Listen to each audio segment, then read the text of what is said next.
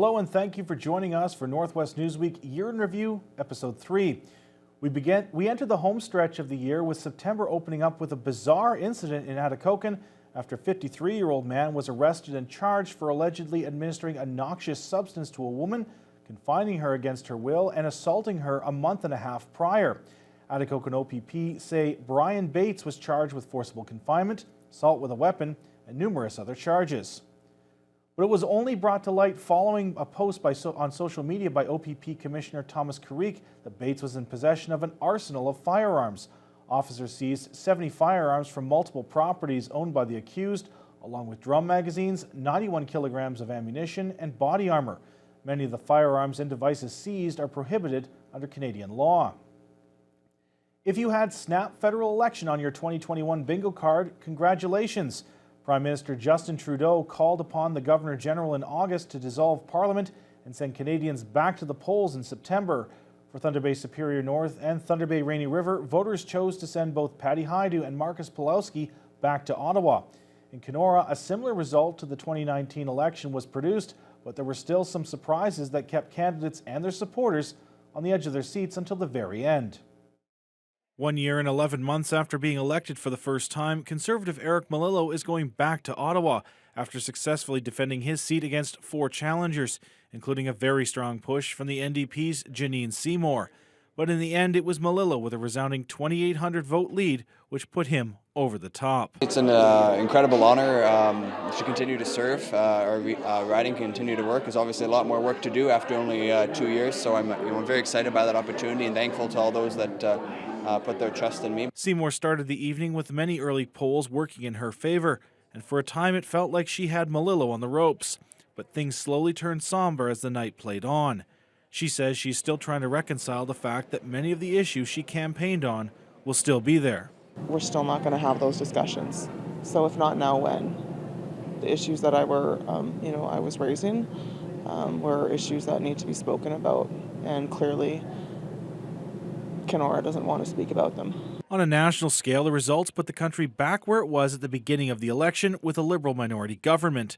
Liberal candidate David Bruno says while the results both locally and nationally aren't exactly what he was hoping for, he believes the country is in good hands going forward. We were looking for a majority so we wouldn't have to negotiate the difficult negotiations that were sometimes counterproductive when it came to the House of Commons.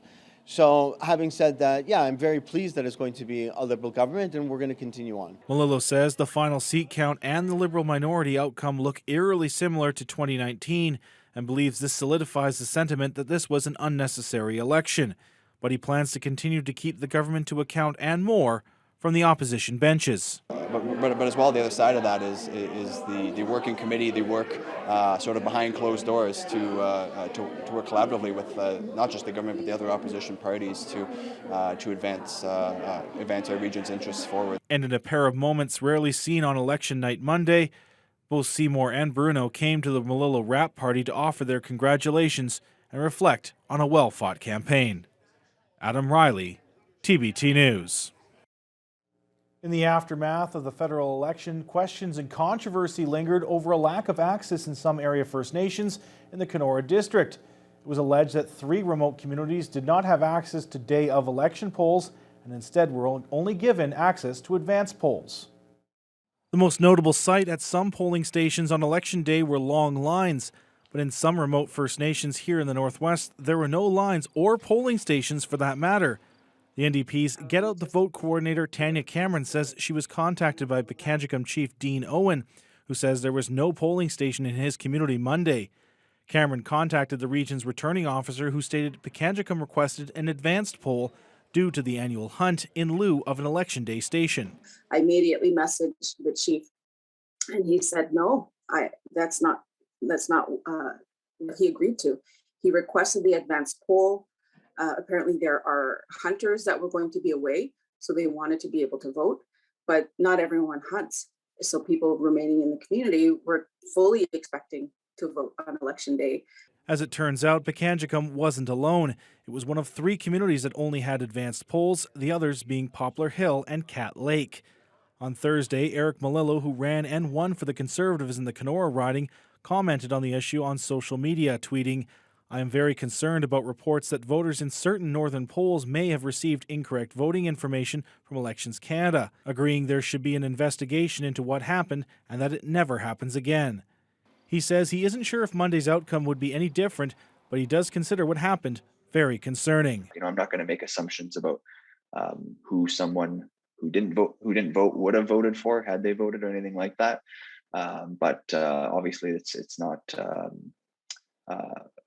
This is not a situation we want to be in, and that Elections Canada wants to be in.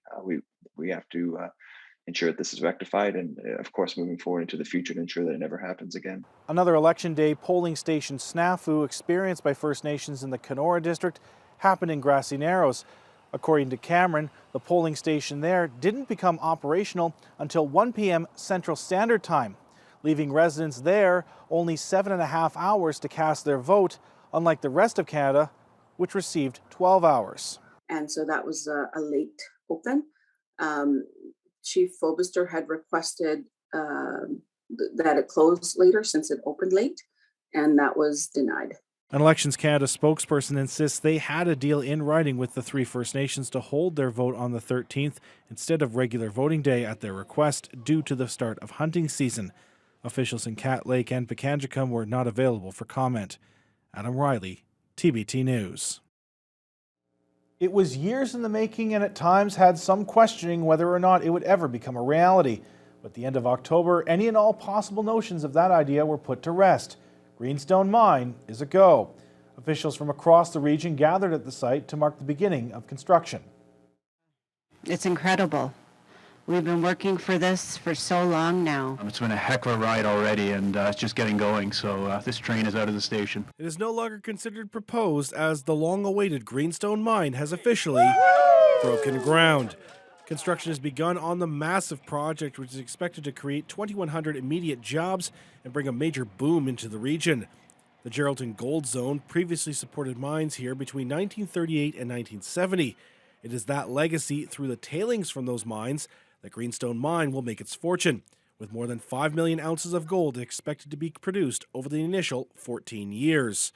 Among the dignitaries on hand was Minister Greg Rickford, who says mining plays a critical role in the province's economy going forward and will especially benefit Northern Ontario. The market has come to Northern Ontario for our minerals. We've been able to open or move many mining projects across this region to the starting line for construction or some other major environmental milestone. So we're on the move here. It has been 14 years since the mine was first proposed, and in late 2019 it looked like the project could have collapsed under litigation between its owners. But when Equinox Gold and Orion Mine Finance Group stepped in and each purchased 50% of the project, that is when things really took off. Greenstone Mayor Renaud Beaulieu says he's still astounded to see the mine move ahead, and he's looking forward to the future. I got to tell you, it went so fast in the last 6 months when, we had Equinox Gold and Orion come in this venture. It was unbelievable. And with the team they have behind them, wow, we're in good hands and we're going to see a lot of prosperity in our area. Preliminary construction included building access roads and a temporary water treatment plant in the lead up to this week's ceremony, which will provide a baseline of infrastructure for construction. However, Mine GM Eric Lamontagne says there's still a lot of work to be done over the next couple months, including securing the site further. Because currently we have a lot of access on the highway, and it's not the perfect world, and we'd like to just cut one access to the highway for security. It's important. First objective. Second objective, before Christmas, we'll start to pour 2 buildings. Well, we already select our contractor to do that, and they will mobilize in November, and we'll pour 2 concrete slabs to assemble a pre-engineering building over there. And while Wednesday's ceremony officially kicks off construction of the mine, it doesn't mean that the clock begins ticking on the 14-year lifespan for the mine. That only begins next fall when the mine completes construction and goes into production. Adam Riley, TBT News.